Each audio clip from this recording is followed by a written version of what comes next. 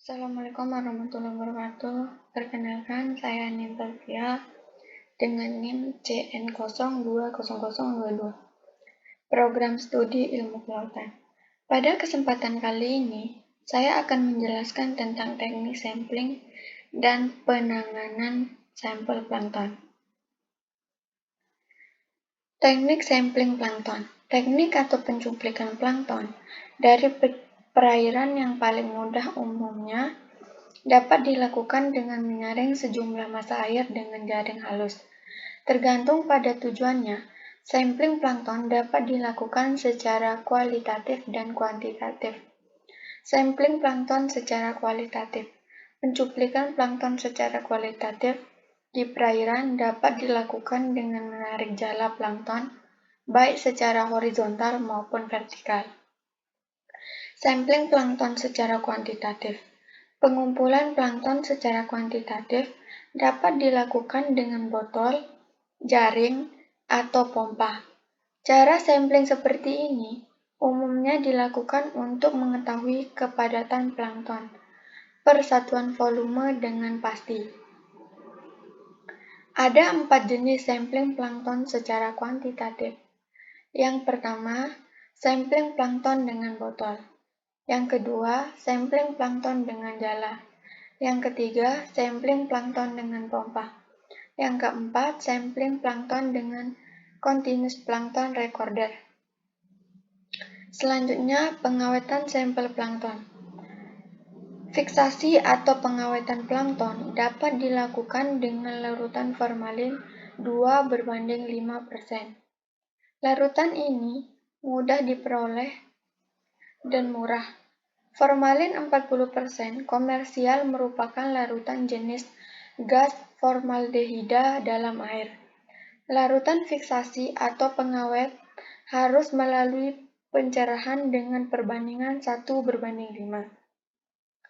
Formalin yang akan digunakan harus tersimpan dalam botol gelas atau poliethen. Hindari penggunaan formalin yang tersimpan dalam botol kaleng karena mengandung besi yang akan mengotori sampel plankton. Sebelum digunakan, formalin harus ditambahkan boraks, kalsium karbonat atau sodium karbonat untuk menetralkan asam yang ada di dalamnya. Asam akan melarutkan kapur atau rangka pada kebanyakan zooplankton. Selanjutnya, analisis plankton. Pada umumnya, analisis plankton yang mudah dilakukan adalah pengukuran biomassa, berat kering, berat basah, atau volume plankton, dan pencacahan plankton. Masing-masing cara tersebut mempunyai kelebihan dan kekurangan. Tujuan penggunaan biomassa adalah untuk mengetahui banyaknya plankton secara kuantitatif tanpa mengidentifikasi. Selanjutnya, teknik pengambilan sampel plankton. Pengambilan sampel plankton pada suatu perairan didasari atau pertimbangan tujuan studi. Frekuensi pengambilan sampel, lokasi, waktu pengambilan, tipe sampel yang diambil, dan bagaimana sampel diambil harus disesuaikan dengan tujuan studi. Selanjutnya, metode pengambilan sampel plankton. Ada 2 metode pengambilan sampel plankton, yaitu metode statis.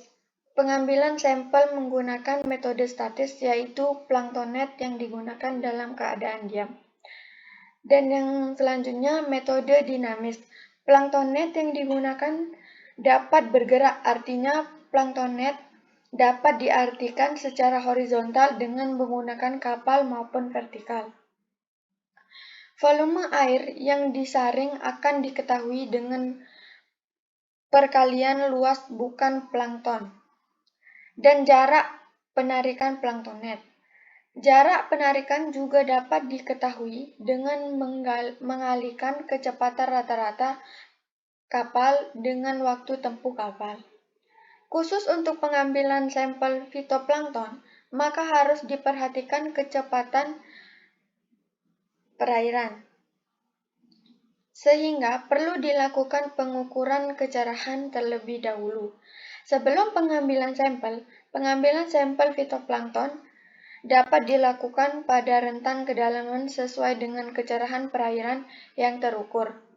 Untuk zooplankton, karena kecerahan bukan menjadi faktor penentu keberadaannya di dalam perairan, maka samplingnya bisa dilakukan pada kedalaman yang lebih bervariasi. Selanjutnya, kelimpahan plankton atau pencacahan. Pencacahan plankton merupakan suatu proses harapan yang dilakukan untuk menghitung kelimpahan dari setiap jenis plankton yang ada dalam suatu perairan. Pencacahan jenis ini dilakukan pada sampel air yang sebelumnya sudah diambil dari perairan, baik melalui penyaringan maupun tanpa penyaringan dengan plankton net. Sekian dari saya. Wabillahi taufiq wal hidayah. Wassalamualaikum warahmatullahi wabarakatuh.